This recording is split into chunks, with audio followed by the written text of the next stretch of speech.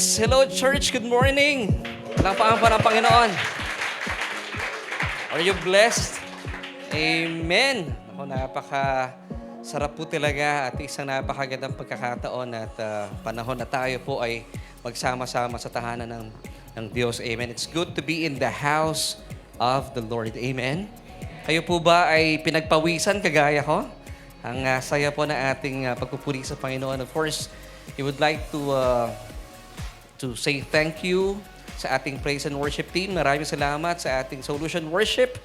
Talaga namang tayo po ay dinala at nilid ng ating mga kapatiran sa ating pagpupuri sa Panginoon. At napakasarap pong pagkakataon na sama-sama po tayong umawit sa Panginoon. And kaibigan, this is Solution Grace Church and my name is Laverne Ducot sa ngalan po ng bumubuo na ating sambahan. We welcome you at napaka-special po ng araw na ito dahil tayo po ay nasa huling linggo na ng Agosto. Amen. At kanina po napansin nyo nakasama rin natin ang ating pastor mula sa SJC, si Pastor Martin. At siya at nagpapasalamat tayo dahil tayo po dinarayo po na ating mga kapatiran mula sa Caloocan. Kasama rin natin si Pastor Jerome Fernandez, of course, ang kanyang may bahay, si Ate Rems Fernandez. At kasama rin natin kanina sa ating worship time si Ate Camille Valenzuela. Sinamahan po ating mga lead worshipers na sila Ate Lace at saka si Kuya Aves. Of course, ating mga kaibigan sa Solution Worship. Sinamahan din tayo ni Kuya Jay at syempre pa si Kuya Gab sa drums at saka si Arian. Ako yung tigahawak ng kanyang yung kanyang chords kanina eh. So ngayon po ay pwede po ba ninyong batiin ang bawat isa? Sabihin niyo, good morning, shalom. And sino pa? Si? Oh, si Kuya Jay. Binati ko si Kuya Jay, ating gitarista. Oo, kaya maraming salamat. And sa mga nag-celebrate po na kanilang birthday, nako, happy birthday at napaka-special po na araw na ito because napakinggan niyo po kanina, nilaunch po natin ating latest single, Jesus, Aking Sandigan. And come September 1, that will be this Friday, ito po ay lalabas na sa lahat po ng music platforms, Spotify, ano pa ba yung mga platforms ng available? Sa YouTube, saan pa? Apple Music, lahat po, pati po sa Friendster, available po yung song na ito. At alam niyo po, napaka-excited ko po ngayon at kasama na ating buong mga kapamilya dito sa church ko. Kung kayo po ay nasa bahay and you want to join us, well, hindi pa po huli ang lahat. Tayo po nagsisimula pa lamang po at tayo po ay matatagpuan sa Unit 114, Tia Maria Sarao Building, CV Star Avenue, Pamplona 2, Las Piñas City. Para po mapakinggan po ninyo ng live ang atin pong special guest na walang iba, siya din po ang nagsulat ng song kanina na napakinggan natin. Yung ating third single mula po sa ating second album na binubuo. Of course, ang atin pong guest speaker kasama ni Brother J.M. Gurion. Nanonood ba si Brother J.M. Gurion ngayon? So maraming salamat, Brother J.M., for that song. At alam niyo po, ito pong ating tagapagsalita ngayon, napaka-special.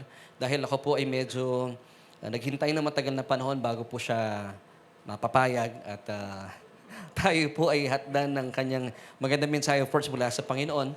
At gaya pa ng sinabi ko kanina, siya po ang sumulat ng ating awitin na pakinggan, ating latest single, Jesus, Aking Sandigan. Makalipas po na napakaraming buwan ng paghihintay. And finally, ito po ay binigyan po ng magandang rendition na ating Solution Worship sa panguna, of course, ni Ate Lace, kasama na ating buong Solution Worship.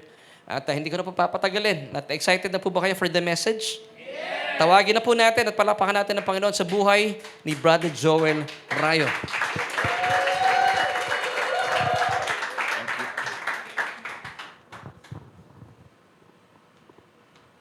Ganito pala. Alright.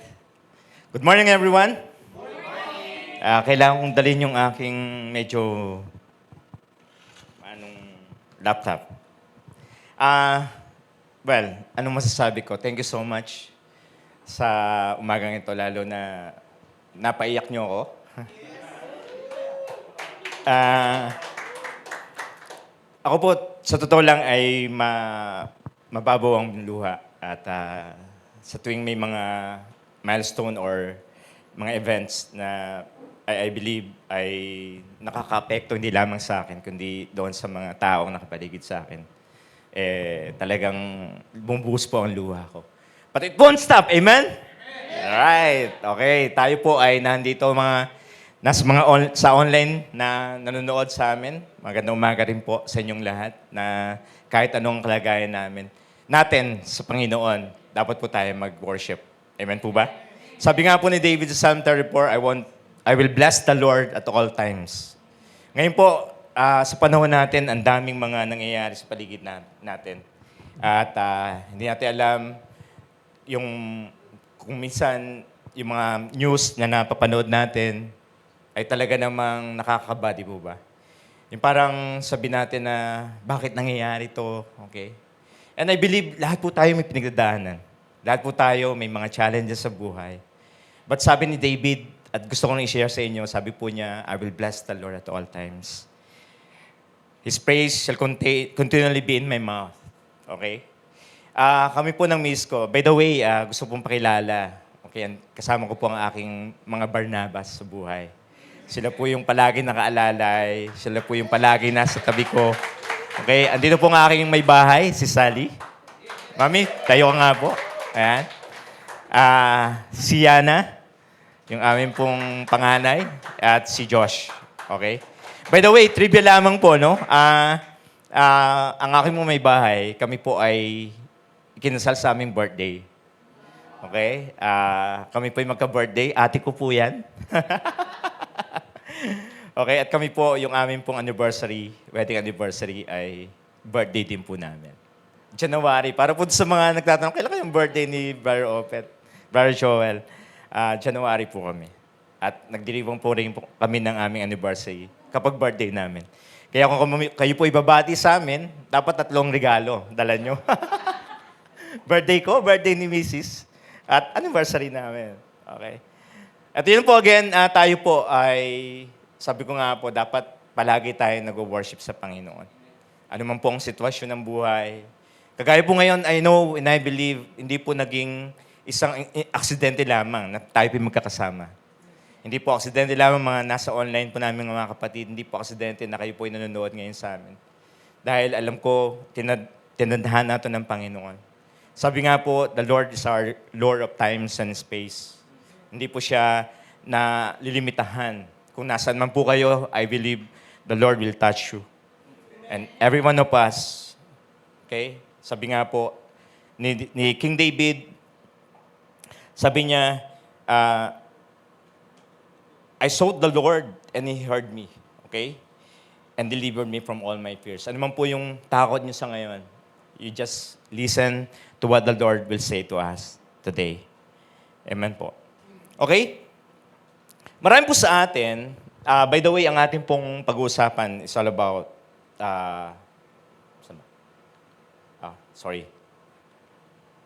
Ayan. Live and walk in God's vision.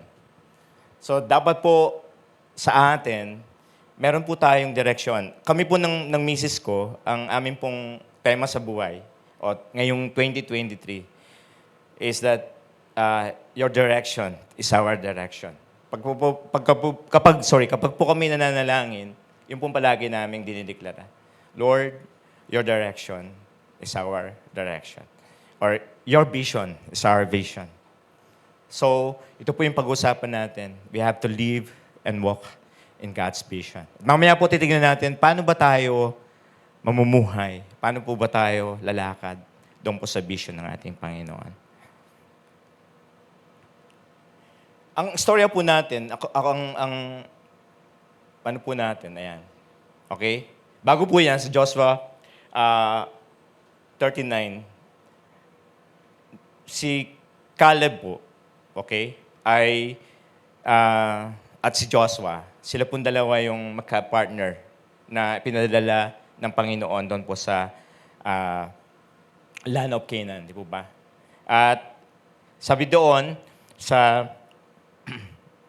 Joshua 14:13, sabi doon, and Joshua blessed him and gave to Caleb, the son of Jephunneh, the Hebron as an inheritance. Okay? So pinagkaloob po ni Joshua kay Caleb yung pong Hebron. At mamaya po makikita natin yung kahalagahan nito. Kung papaanong si Caleb ay magiging example natin. Okay?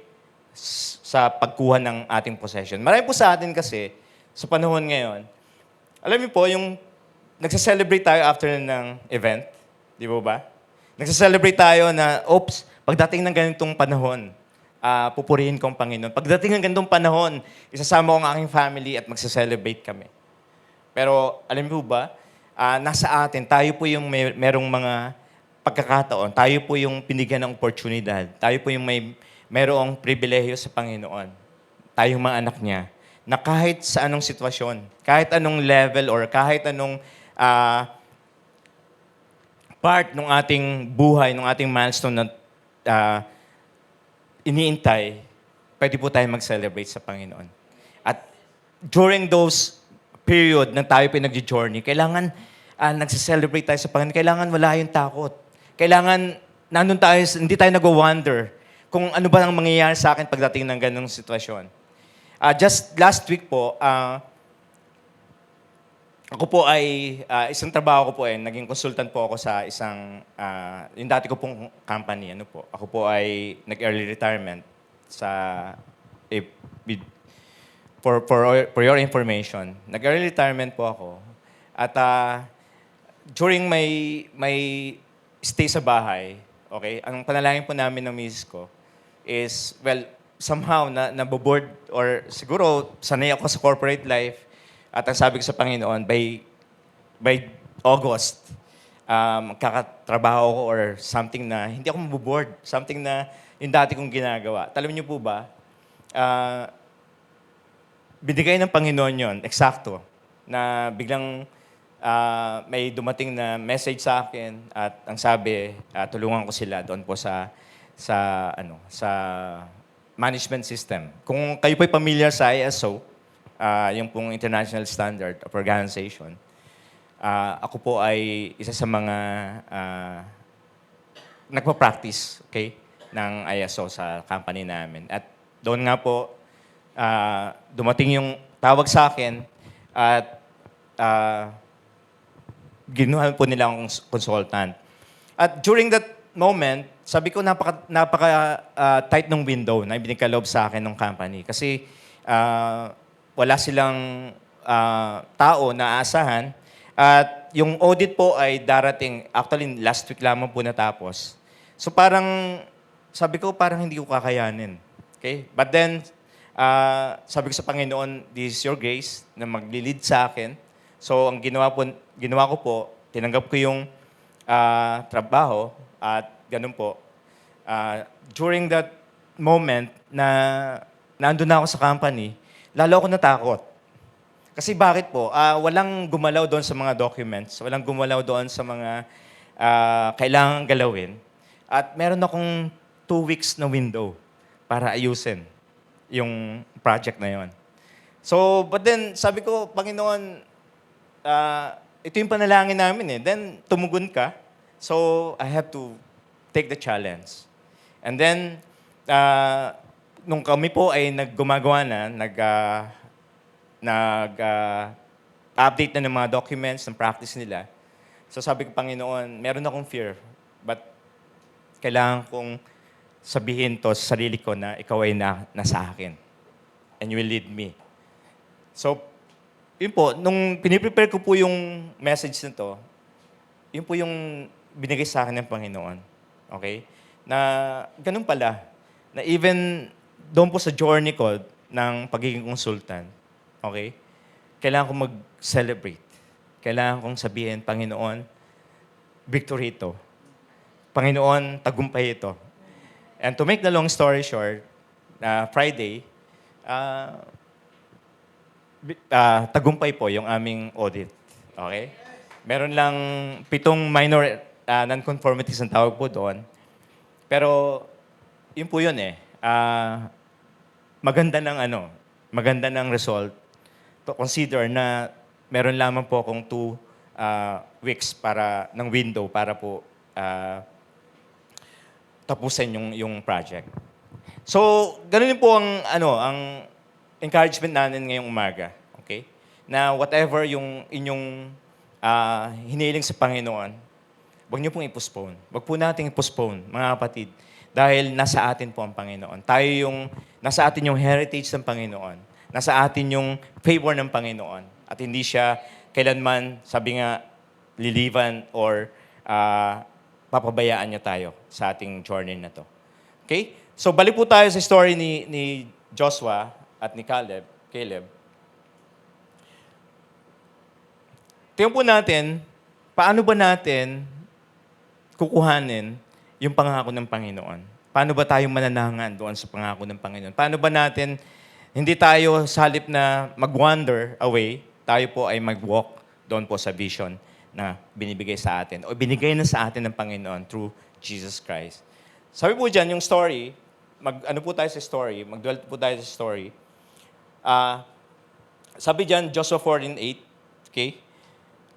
Nevertheless, my brethren who went up with me made the heart of the people melt, but I wholly followed the Lord my God. Oh. Ano po ang nagsasalta dito? Si Caleb. Okay? Sabi niya doon, I wholly followed the Lord my God. Okay? So, ito po yung isa sa mga key na kailangan nating makita. At yung kanya pong, okay?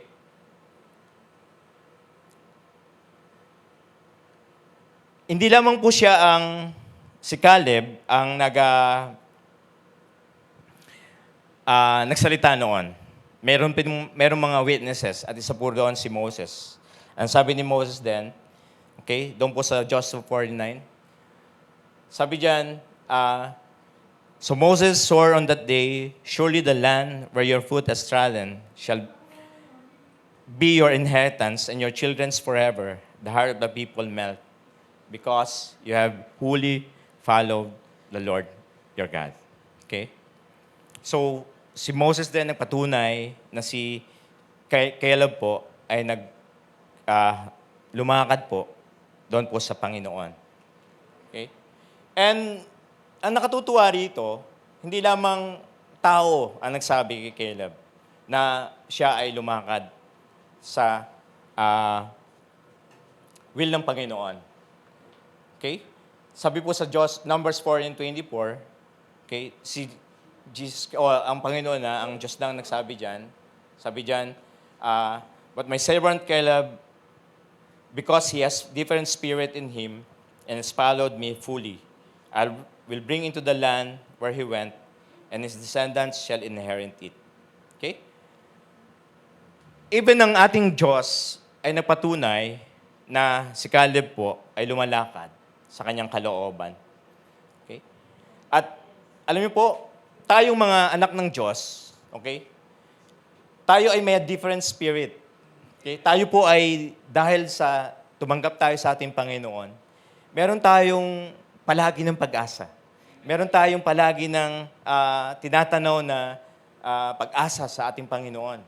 Hindi tayo yung, sabi nga po, huwag tayong matakot, sabi nga po ni King David kanina. Kasi narinig tayo palagi ng Diyos. At ito po yung servant ng ating Panginoon. Tayo po yung mga servant, tayo po yung tinawag ng Diyos. At dahil po doon, okay, lumalakad tayo sa kalooban ng ating Panginoon. And I believe tayo po ay nakikita ng ating mga kapatiran. Amen po ba?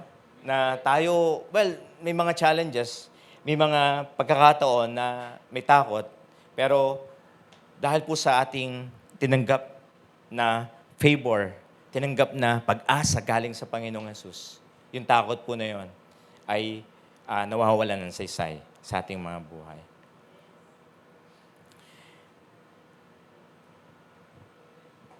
Kailangan nating i-possess yung ating possession. Okay? Nung po ako ay way back 1996. Ito rin po yung aming naging vision sa Bulacan. Okay? Ako po ay, meron po kaming tinatag na, ang tawag po ay Christ Young Ambassadors from Eastern Bulacan. At ito po ay samahan ng mga young people, okay, from eastern part ng Bulacan, Bukawe, Santa Maria, Norsagaray, San Jose del Monte. At ginather po namin yon. Okay? Bali, sa akin po nagsimula yung vision. At nung pong ginawa namin to, ang naging ano rin po namin ay yung Numbers 13:30 na istorya din ni Joshua at ni Caleb. At mamaya po makikita natin yun sa ating pag-aaral. So, to make the long story short, sabi doon, let's go possession of the land, for we can certainly do it. Okay? Whenever we gathered, ayun po ang sinasabi namin sa mga young people, na kaya natin to. Tayo yung, sabi nga po, di ba, ni Jose Rizal, sabi ko sa kanila, tayong pag-asa ng bayan. So tayong mga young people na pinili ng Diyos, young people na nakakilala sa Panginoon, ang dapat mag-possess ng land. And so are we. Ngayon po, na panahon, ang daming mga uncertainties sa ating mga sa ating paligid. Maraming mga balita na nakakatakot. Okay? Sa Hawaii, last week lang, di ba? Yung nasunog ang Hawaii. Ano pa? Okay? Kanina po, nabasa ko ang Pakistan. Under persecution yung ating mga kapatiran sa Pakistan. Isang village po yung nasunog. Okay? At marami pa. Istorya ng wars, istorya ng layoff sa trabaho. Okay? Hirap sa trabaho. Kahit na may trabaho ka, ang dami mong hats. Di ba? Uso ngayon yun ang dami mong function. At minsan, nagsasabi ko sa Panginoon, ang hirap ng buhay. Pero mga kapatid, ang Lord, once again, nasa atin po. Okay? Let's take what King David said. Let's worship the Lord at all times. Yung pong journey namin sa faith or sa grace ay nag-start po ng 2009.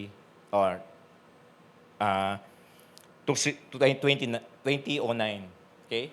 Kami po ng misis ko ay, by chance lang actually, na-meet namin or napanood namin yung isang portion nung preaching ni Pastor Joseph Prince. And from there on, kami po ay nag-seek doon po sa ano ba ang gospel ng grace talaga. So, siguro po lahat ng books ni Pastor Prince meron po kami sa bahay. Para lamang po masatisfy yung hunger naming mag-asawa. And actually, nung naghanap po kami ng mga community, and one time, actually yung pag-meet namin nila Pastor Laverne, ay medyo mayroon pang kaba ng konti. Okay? Kasi kami po ni Mrs. ay avid listener ng DZAS. And yung segment po ni Pastor lalo na, yung papuri, ay nag-ano po kami, nakikinig po kami doon. And one time, habang nakikinig po kami, lalo si Mrs., okay, napansin po namin na yung mga messages ni Pastor, sabi namin parang grace din si Pastor. Okay? So kaya ang ginawa ni Mrs., nag-message, okay? At ang nangyari, nung nag-message kay Mrs., yung palang panahon na yon, Pastor, no? Maraming mga buzzers. So akala ni Pastor, si Mrs. ay isa doon sa mga buzzers. Kaya hindi nila pinansin. Hindi sinunod. So, hindi pinansin. At ang nangyari, parang si Pastor Joe pa, no? Ang nagkaroon ng communication kay Mrs. At doon nagkaintindihan. So, hindi pala buzzers. Kundi naghahanap din po kami ng community, ng believers doon sa Grace. And yun po, to make the long story short, nagkakilala kami. So first time na nag-meet kami, punta kami ng Las Piñas. At first time din po namin na makatuntong ng Las Piñas actually that time. At nung panahon na yun, andun pa sila Pastor Martin, Pastor Berna. So kaya mas lalong kumbaga na fortify or pinalakas pa ng Panginoon talaga yung aming desire na yon na maghanap ng community of believers sa Grace. So, yun po yung storya namin. And sa totoo lang, mula po noon, naging napakadali ng pagkakilala namin sa Panginoon, buhay na buhay talaga ang Panginoon. Kahit na anong mangyari, yung Romans 8:28 na pinapanindigan namin, all things work together for Christ, for those who love God. Okay? All things work together for the good of those who love God. Ayan. Tama natin. Okay? So, yung pong journey namin ni Mrs., hindi po kagaya na rin ng kay Caleb na we wholly follow the Lord. May mga downturn, may mga slowdown, pero alam po, ang Panginoon talagang napakabuti. Naging buhay na buhay po ang relationship namin sa Panginoon. And even, sa totoo lang, yung sandigan na yan, sino po ba mag-aakala na itong, lalo na yung journey na to na pati yung pangalan ko napunta na sa Spotify. Thank you sa Solution Worship. Malapakaman po natin ang Panginoon. Hindi ko po inakala na, kasi yun po yun Dahil doon sa buhay na buhay ang relationship ng Panginoon, pati po sa devotion, nakaka-compose po ng kanta. Okay? Diba? Si Pastor Jerome, I believe, ganun din. Ang dami niyang, lalo yung kanyang latest na single na in-launch. Meron pong mga pagkakataon sa aming buhay na ni Mrs. Dati po kapag meron kaming mga insidente sa aming buhay na, alam mo yung pera namin, pang tithes lang talaga. Wala kaming pera. Kala lang nila mayaman kami. Pero punta kami ng church, nakasakyan nga, pero wala kaming pera sa bulsa. And before pa nung mga experiences namin, pag gano'n na ang sitwasyon namin, wala na kaming kibuan ni Mrs. Kabang-kaba na kami. Saan kami kukuha? Okay? Pero alam niyo po, yung testimony namin, ako po, patinindigan ko talaga na merong mga chances man na gano'n, pero hindi ka kakabahan ngayon. Hindi namin alam bakit, pero yun yung work siguro ng Lord sa amin. May dumarating. Okay? May bigla na lang pagpapala ng Diyos, dumarating po sa amin. Tapos, siguro hindi ko lang maikukwento, isang napakalaking pagpapala yung natanggap namin recently lang. And natapos yung project na yon, na wala kaming ka-stress. Okay? Ikukwento ko po sa inyo kapag ano na lang. Kasi medyo pinag-isipan pa namin ilabas. Pero matutuwa po kayo pag nalaman niyo po yun. Even yung alam niyo po, even yung paghahanap, kwento ko lamang po, testimony kasi gusto ko pong maintindihan natin na yung paano ba sumunod sa Panginoon. Naghahanap kami ng dormitory ni Yana. Stress na kami, pagod na. Kasi yung simpleng pagtawid ng kalsada, ano pala yung answer ng Panginoon? Okay? Last year po kasi, naghahanap kami ng dormitory ni Yana. Ang dami namin napuntahan doon po sa area ng school niya. Tapos sabi namin, uwi na lang tayo. Magantay na lang tayo. Kasi yung yung option naming tinanggap, mga kapatid, ang option naming tinanggap is, dalawa yung parents dapat, tapos merong mother parent pa, kasi siya yung, kapag umalis yung parent na isa, siyang mananagot doon sa renta ng buong place. Yun yung namin. Sabi namin, ina lang kukuhanin natin. But then, pagtawid namin, papauwi na kami, pabalik na kami yung sakyan, hindi pwedeng tumawid doon, o kaya merong opening doon sa grills ng daan. Doon kami tumawid. Pagtawid namin, andun na, open, bagong-bago. Okay? At alam niyo po, napakaganda ng rental fee niya. Okay? And ito ay hindi lamang, sabi ko, gawain ng kung sino man, kundi gawain ng Panginoon. Diba? Na-appreciate natin, even yung pinakamalit na bagay. Dahil alam natin ng Diyos ang kasama natin sa bawat sitwasyon ng ating buhay. So yun po yung gusto kong i-point out ngayong umaga sa bawat isang nakikinig ngayon. Na we don't need to struggle. We don't need to do things para sabihin natin na matanggap ako ng Lord. hindi natin kailangang gumawa pa ng mga bagay-bagay. I mean, sabihin natin na kailangan kong gawin to. Kasi baka ito yung paraan para tanggapin ako ng Panginoon. Pero mamaya po makikita natin, hindi yun eh. Hindi po yun ang kailangan natin gawin. Sa mga nakikinig po online, mga kapatid, kung may struggle kayo ngayon, si Jesus po ang sagot sa inyong mga struggles. Kung paano yon, mamaya tignan po natin. Okay? Ito yung time na, ang daming mga challenges sa buhay. Ang daming mga fears. Okay, yung takot na yan. Pero, ang Diyos po ay palagi na nakantabay sa atin. Para po, tayo po ay gabayan, tayo po ay pagpalain, para po i-take yung possession na kailangan ng Diyos. Huwag po nating postpone.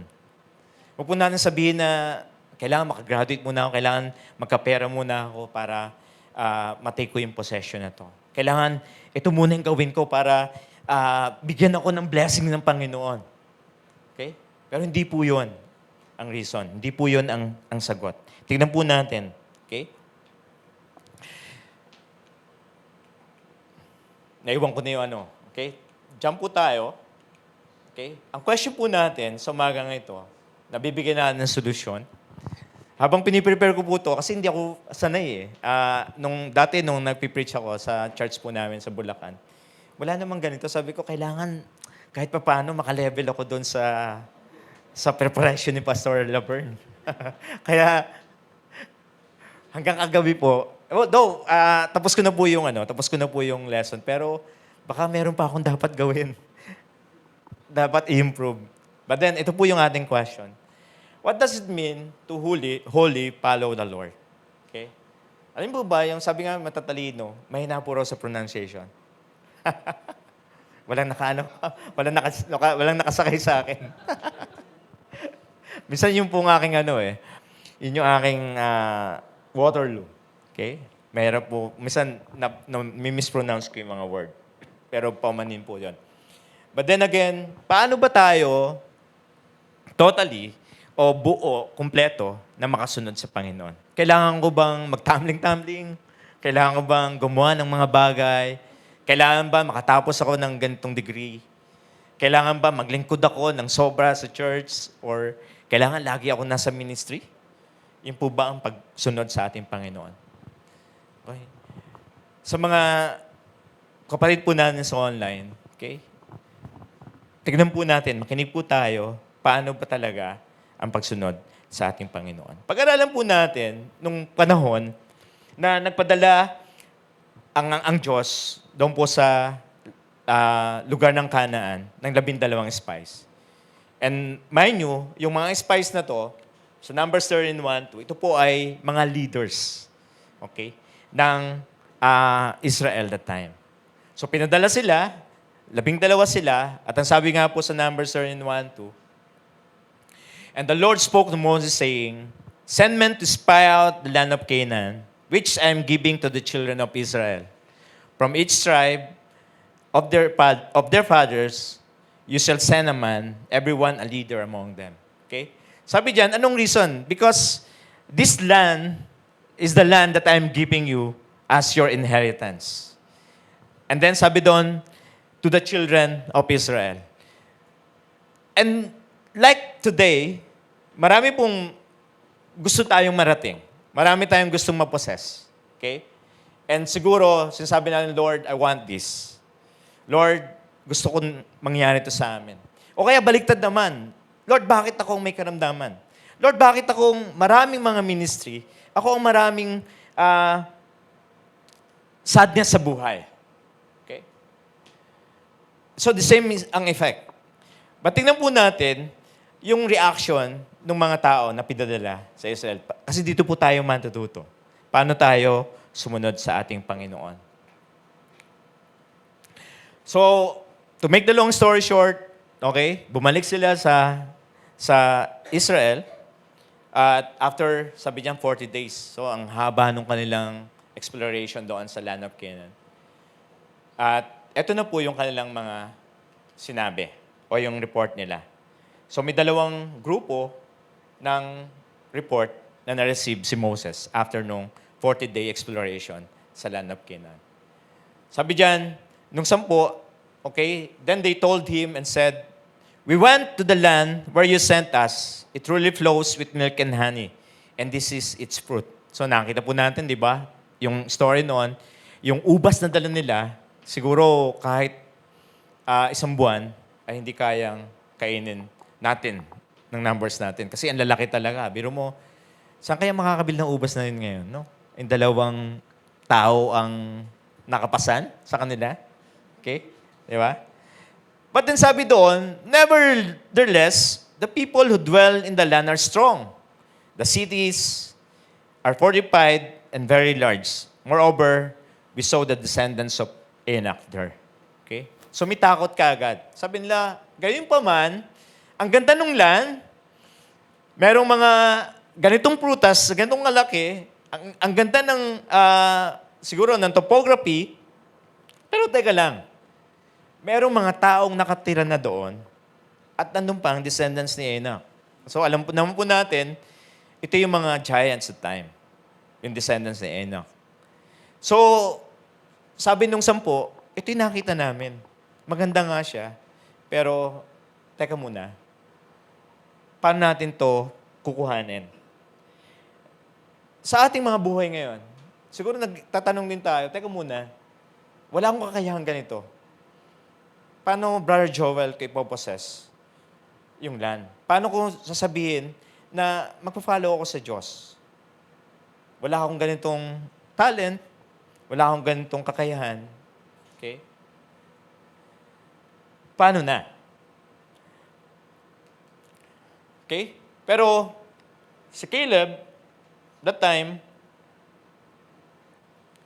tumayo siya doon sa congregation. Sabi diyan, he quieted the people and said, "Let us go up at once and take possession, for we are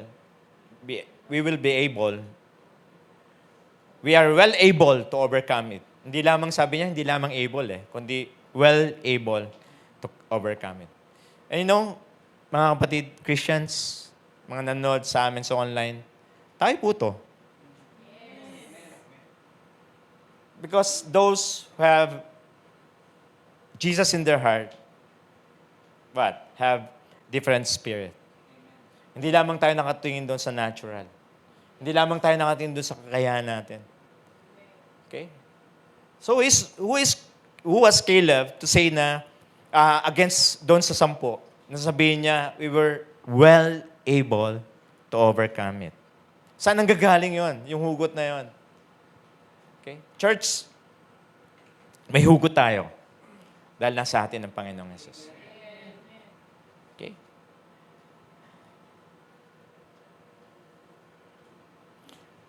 At alam naman natin, okay, para po makita natin yung buong storya, alam po naman natin, nagkaroon ng discussion, yung 10 talagang against sila doon sa sa nangyayaring yon. Sabi diyan, ang unang nakita nila is that they are stronger than we. Tingnan muna, summarize na lang po natin para mabilis po tayo. Okay? Yan po yung mga verses, mga passages kung saan makikita na yung story. Okay? So, anuhin na lang po natin.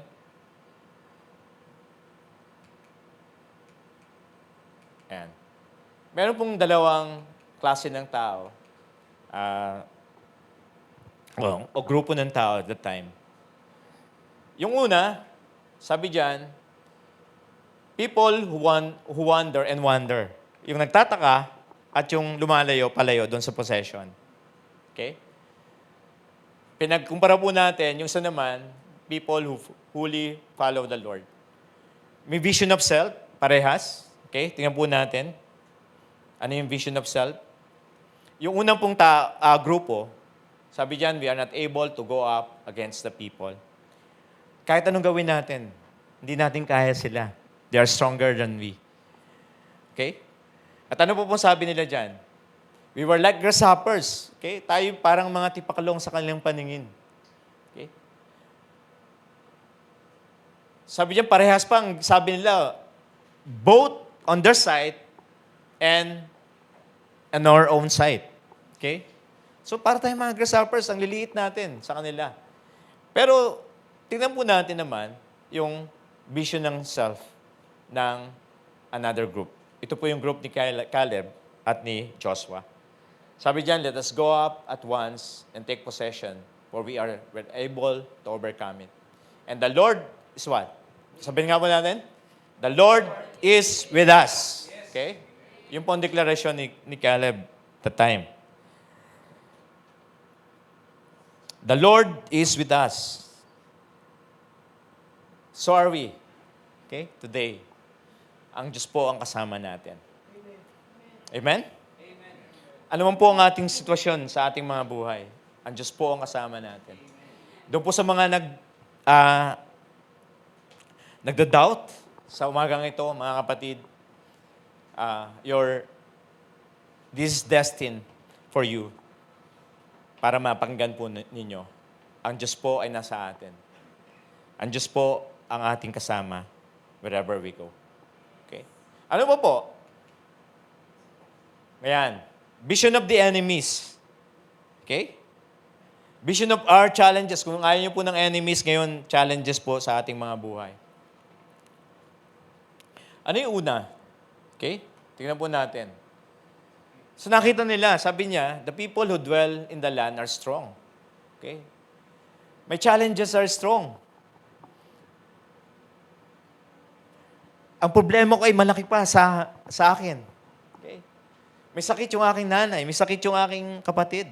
Okay? So, the challenges, the people in the land are strong. Okay?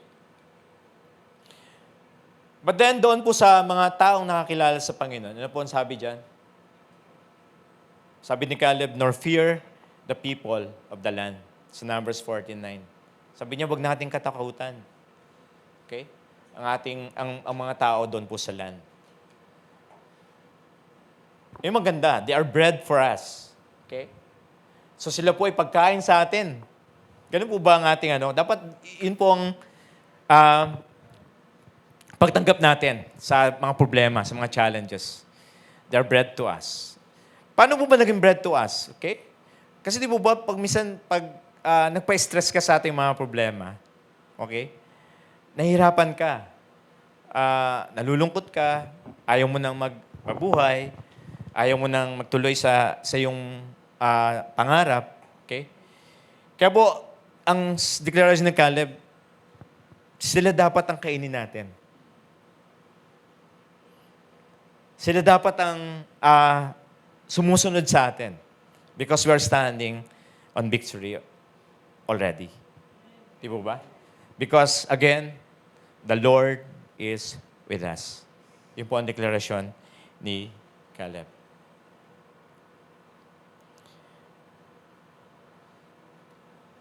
We are not able to go up, sabi ng people who wander and wander. We are not able to go up against the people for they are stronger than we. Yun po yung sinasabi nila kanina. But then sabi po ni Caleb nga po at Joshua, they are bread to us. Okay? Sa ating mga buhay, okay? Marami po talaga kapag tumingin tayo sa ating mga nangyayari sa atin, madidisappoint po tayo, mapuprostrate po tayo. Okay? Wala tayong masasabi kundi sumuko na lamang or sabihin natin wala nang pag-asa. Pero again, mga kapatid, mga anak ng Panginoon, tumanggap sa ating Panginoong Yesus. Ang Diyos po ay nasa atin. Okay? Yung vision pa ni Caleb sa problema niya, sabi dan, their protection has departed from them. Okay? Wala na pong protection, sabi niya nila Caleb, yung mga descendants ni Anak sa Canaan. As if, pwede po natin sabihin sa ating mga problema, pwede natin sabihin, sa sakit at karamdaman, wala ka ng panama sa amin. Tinatanggihan kita dahil wala kang proteksyon. Ako may proteksyon. Ako yung nakaupo sa kaharian or sa trono. Okay? Ikaw, wala kang proteksyon. Ako meron. Kaya dapat tinatanggihan po natin. Sabi nga po ni Pastor Joseph Prince, okay, isa pong napulot po namin whenever we speak against diseases. Sabi nga po, kapag kausap mo ang disease, kapag nagpipray, you command. Utusan mo siya. Huwag yung sana umalis ka na. Dapat nasa atin yung authority na we reject you. We command you to go out on our bodies in Jesus' name. Okay? Yun po ang natutunan po namin. Okay? At ang dami po namin patotoo na ng kagalingan. Okay? Sabi nga ako kay Pastor, dati, meron po akong parang wart sa skin. Alam po kami ni Mrs., siguro ritual lang sa amin. Every time na mag-pray kami po ay nagko-communion. So araw-araw po yon. Si Mrs. nagpe-prepare ng bread and wine. At hindi po namin kinakalimutan yon. Yun po yung isa sa, dati naging ritual pero nakita po namin yung talagang essence nun sa ating mga buhay. Yung dinideklara po, daily dinideklara natin na ang Diyos ay buhay at siya ay sovereign sa ating buhay. Na namatay siya sa atin sa cross ng Calvary. Okay? Para po sa ating mga kasalanan. And alam niyo po, sa patotoo ko po, may ward po ako sa magkabilang braso. At yun po ay palagi naming pinagpipray. Palagi naming we curse your root right now. In Jesus' name, you ward. Sabi ko gano'n. At pwede ko pong pakita sa inyo mamaya kung kayo po ay interesadong makita. Meron pa po siyang mark pero talagang totally healed po yan. Ganun po siya, ganun po ka-epekto, ganun po makapangyarihan. Hindi lamang po ritual yung ating pagtanggap ng Lord, ng communion, ng elements ng communion. Kasi yun po ay faith din po natin, dinideklara natin ang kamatayan ng ating Panginoon doon po sa cross ng Calvary. We tithes, kami po ni Mrs., not because of our duty. Okay? But we tithes because of the revelation that the Lord will supply all our needs. Lalo na sa dalawa po naming anak. Nagtatights po kami ni Mrs., hindi po naging problema sa amin. Gaano man siya kalaki. Okay? Hindi po naging problema sa amin na ibigay yung tithes dahil alam po namin na ibabalik yun ng Panginoon sa amin. And true enough, yun nga po, meron kaming napakalaking blessing. Imbitahin po namin kayo doon para makita nyo kung ano man yung malaking blessing na yan. Dahil, sabi ko nga po kanina, yung relationship namin sa Panginoon, buhay na buhay ngayon. Hindi lamang siya isang Diyos na nakatingin sa atin, kundi talagang kumikilos. He goes before us. Okay? Palagi nang siya ay nandoon kapag nauna pa sa atin actually. Nauna pa sa atin actually. Yun nga po, sabi namin ng misis ko, August magkakatrabaho ako dahil patapos na yung bahay. Okay? Yun po, yung blessing na yun. Patapos na yung bahay. Bahay. At true enough, dumating po yung na ando na lang, nagulat na lang ako, may tawag sa akin. Ando na yung trabaho. Di ba? So, nakikita po namin talagang everyday, buhay na buhay ang Diyos. Buhay na buhay ang po ang Panginoon. At ito po, malapit na po tayong matapos. Vision of the Lord. Okay? Meron po tayong vision. Meron tayong pananaw ng Diyos. Na ang Diyos ay palagi nang nasa atin. Yung pong mga tao na wala pa sa Panginoon, yung taong nagtataka pa, yung taong lumalayo pa doon po sa blessing. Ay, isa pa po, bago ko malimutan, kami po ng misis ko, ni Sally, talaga pong ang sabi namin, we will enjoy all the blessings of our Father in this land of the living. Amen. Hindi po sa langit Hindi po kung kailan nasa langit ka at saka mo lang maranasan yung blessing ng Panginoon. And I want you to get that vision too. Na ang Panginoon po ay nariyan. Na ma-enjoy talaga natin yung blessings ng Panginoon habang tayo po ay nagjo-journey pa dito sa lupa. Okay? Dahil po naranasan namin. Kami po ay, again, sabi ko nga po, hindi kami kagaya ni Caleb na siguro na ibigay na namin lahat sa Panginoon. Marami pa rin mga ups and downs, marami pa rin mga slowdowns. Pero more than that hindi ni-require ng Lord na through works ay ibigay sa amin yung mga tugon sa aming mga panalangin. Well, sa umagang ito, maaaring may panalangin ka, kapatid. Maaaring may sakit ka, maaaring may inintay kang trabaho, maaaring sinasabi mo yung business ko palubog na. Pero ang may challenge or may encouragement is to take hold of the promise of God. Na hindi siya magpapabaya talaga sa atin. So, dito po tayo magtatapos. Sabi diyan, yung mga tao na wala pa sa Panginoon.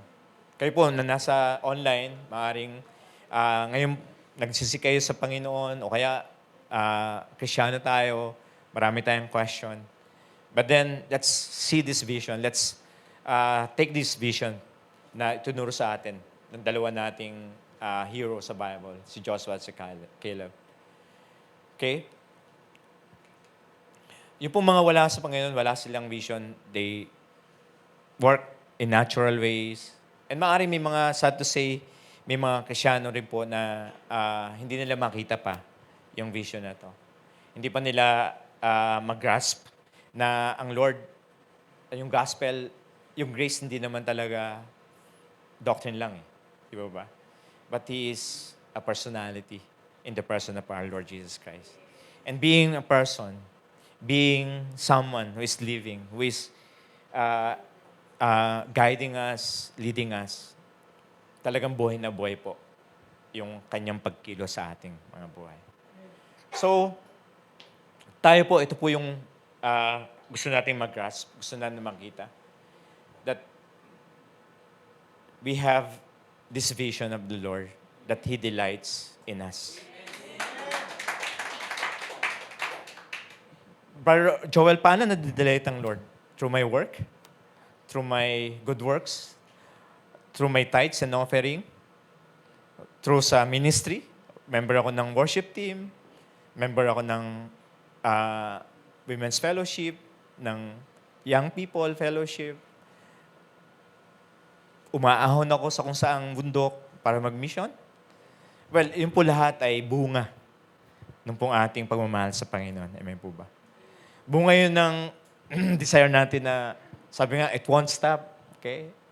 Nobody can stop us from expressing the love of God, lalo na doon sa mga wala pa sa Panginoon.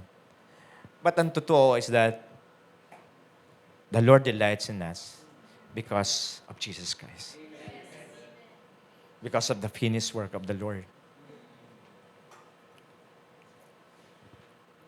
Yun yung nag-qualify sa atin sa grace ng Lord. Yun yung nag-qualify sa atin doon po sa divine exchange na nangyari 2,000 years ago. Doon po sa cross. Binigay ng Panginoon yung kanyang buhay para po sa atin. And from that day one na nakilala natin Panginoon, the Lord delights in us.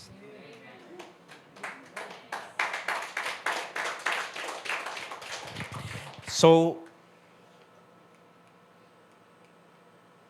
yan. He will bring us into the land and give it to us. Okay? The Lord is with us. Okay?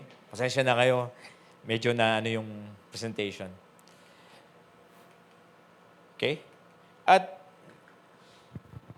mayroon pang isang kwento bago po ako magtapos. Yun po yung kwento ni Jabez. Okay? Ito, napakapambihirang tao kasi pinangalanan siya ng nanay na ng Jabez ang meaning po ay pain. So, sino po kayang bata ang matutuwa na kapag tinawag, "Oy, pain! Halika rito! Oy, sakit!" Di ba? Parang ang pangit naman. Pero dumating siya sa point na sabi niya, Lord, yun nga po, ang ganda nung story niya, that you would bless me indeed and enlarge my territory. That your hand would be with me and that you would keep me from evil, that I may not cause pain. Okay? So sabi yan, so God granted him what he requested. So whatever yung situation natin, ano man ang pangalan po natin, ano man po yung sitwasyon natin sa buhay, sabi mo, naghihirap ka man ngayon, siguro yung pera mo ay limited lamang. Pero si Jabez nga po, nanalangin. At ang sabi ng Bible, God granted him what he requested. So the same is true, lalo na po sa atin, mga kapatid, na meron tayong Panginoong Jesus sa ating buhay. God will grant every request. At ang maganda pa roon, we can ask Him big things. We can ask Him big. At doon siya nadidelight sa atin. Okay? So ito pong, solution question ulit. Sabi natin, what does it mean to wholly follow the Lord? Ano nga po ba ang kahulugan? Paano ba tayo mag-follow sa Panginoon? Ano yung pong question lamang, kagaya ng sabi po natin? Wholly follow the Lord simply means knowing that the Lord delights in you. Napakasimple po. Hallelujah. Pero yun po ang reason bakit kailangan natin or bakit tayo nagpa-follow sa Lord. Yun po ang meaning talaga nun. The Lord delights in us. Kaya kaya nating mag-follow sa Panginoon. Kaya nating sumunod sa Panginoon. Not because of our good works, not because of our strength, not because of any skills that we have, but because of Jesus Christ. His finished work on the cross. Tayo pong lahat ay tumayo. Tayo po ay manalangin. Hallelujah.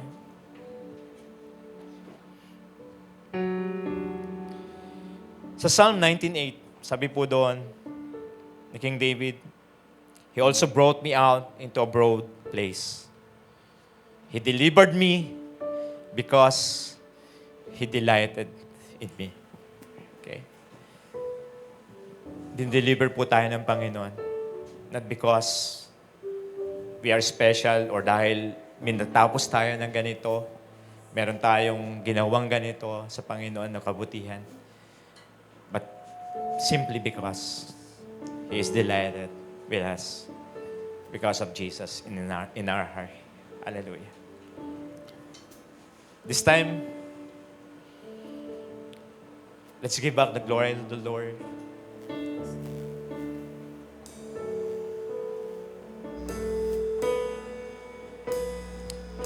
Lord, buti na lang. Sabi nga po, walang sinasabi, let's go to the best part of the program. Pero sa inyo, Panginoon, lahat, Lord God, from the start, na tumayo kami, Lord, nag-gather kami, nagkwentuhan kanina, hanggang sa mga oras na to, those are the best part of our time together, Panginoon. Salamat ng marami, Lord, for that reason, na we can stand, Lord, in your presence. We can come to you, Lord God, without any reservation. Because, Lord God, Jesus is in us. And you delight in us, Panginoon.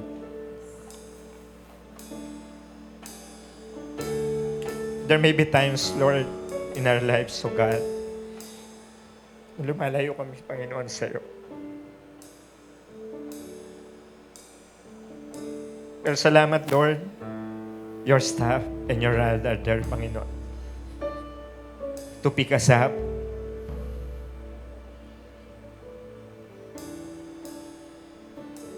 And assure us, O Lord, that your hands are ready, Lord God, to hold us. Ready, Lord God, to embrace us, Panginoon. Lord, we're praying, Panginoon, doon po sa mga tao na kasama namin, na maaari, Panginoon, marami silang mga katanungan pa.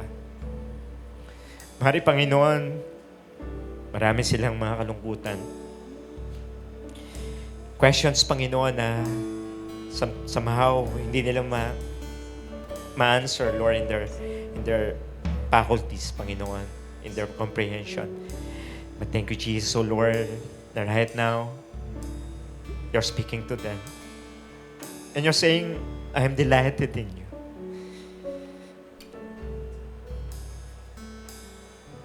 Salamat, Panginoon, for assuring them, for assuring us, oh Lord God, that there's nothing, Lord God, that will stop you, Lord God, to love us, Panginoon.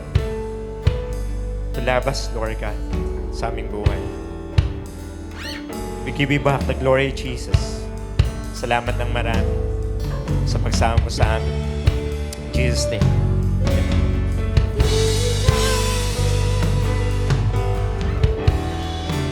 Kaibigan, as we move on, gusto ko munang bigyan po kayo ng opportunity para po sa ating mga first-time viewers. Marahil kayo po ay pwede rin po matagal na kayong nanonood sa ating pananambahan. Pero kayo po ay nabuksan ang kaisipan because of the message that we have heard today. Na napapansin mo, bakit ako napapagod sa buhay? Alam niyo po kung bakit? Kasi po, sinasandigan po ninyo yung inyong mga sariling talino, sariling lakas, sariling diskarte. Nakakapagod po talaga yan. Marahil, for so long, sabi mo, bakit gano'n? Parang buhat-buhat ko ang mundo. At hindi po ito malusog dahil kayo po ay mapapagod sa inyong kaluluwa. And of course, mapapagod din po ang inyong mga physical na katawan. At kayo po ay dumaranas din ng sakit at karamdaman.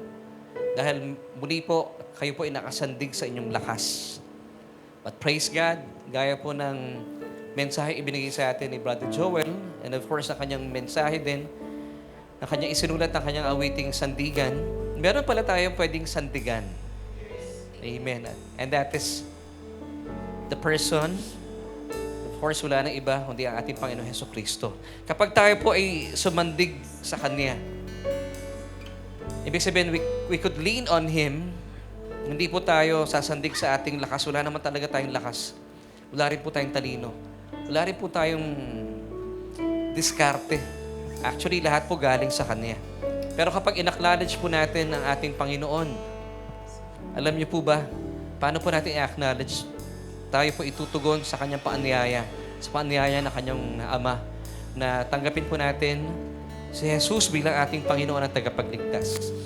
Alam niyo po, mararanasan po natin yung buhay na nananagumpay.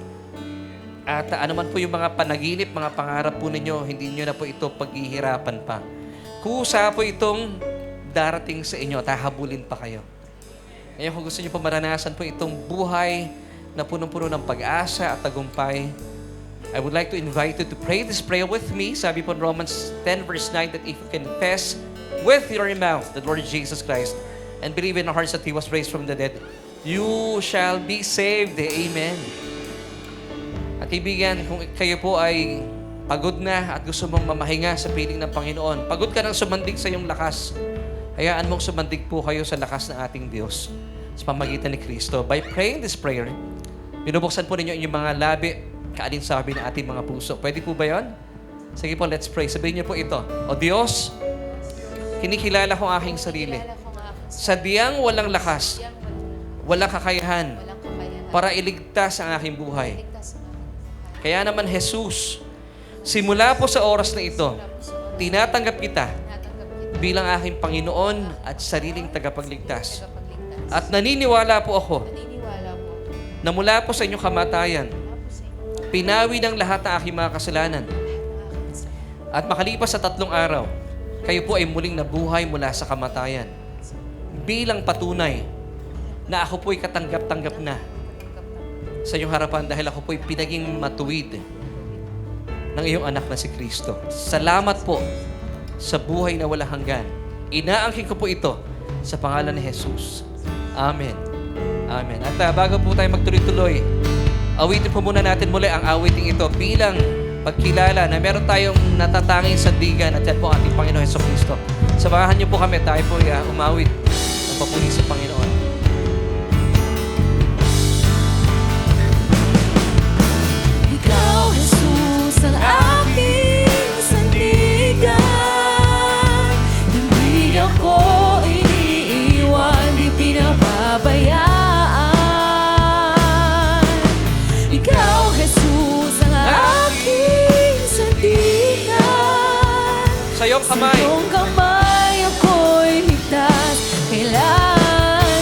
kapatid, minsan pa.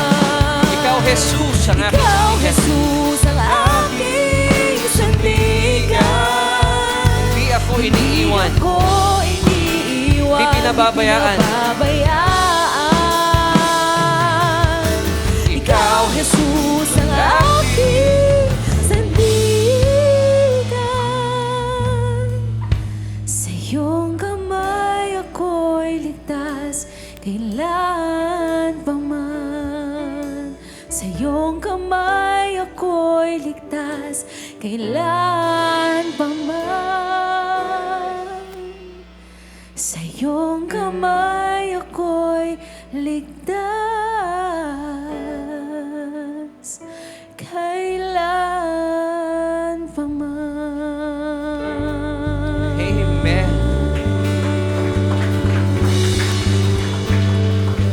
Mga kapatid, patuloy po tayo magpasalamat sa Panginoon. O Diyos, minsan pa, salamat sa kapahayagan ito at salamat din, Panginoon, sa mensaheng inihatid mo sa amin through Brother Joel.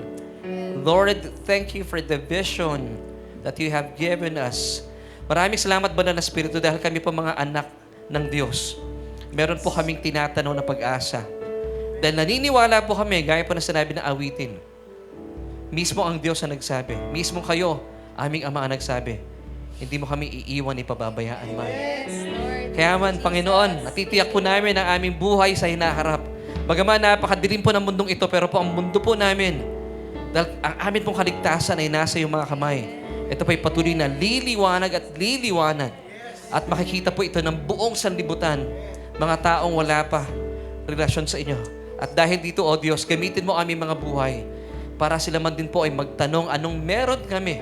Bakit kami po yung punong-puno ng pag-asa? Kaya kapatid, kung ikaw ngayon ay napapagod na sa buhay bilang isang mananampalataya at salamat sa Panginoon, binuksan ng Diyos sa iyong isipan mula sa mensaheng inihatid sa atin ni Brother Joel. Salamat, Panginoon, dahil ang kapatid na ito, O Diyos, ay kinakalinga mo na ang kanyang puso. Ano man pong takot at pagod ay pinawi mo na dahil naniniwala siya na ang iyong pagsinta ay nararanasan niya sa kanyang puso.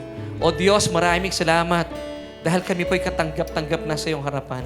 At dahil dito, O Diyos, amin po mga vision ay lalong nagliliwanag at mapanghahawakan namin.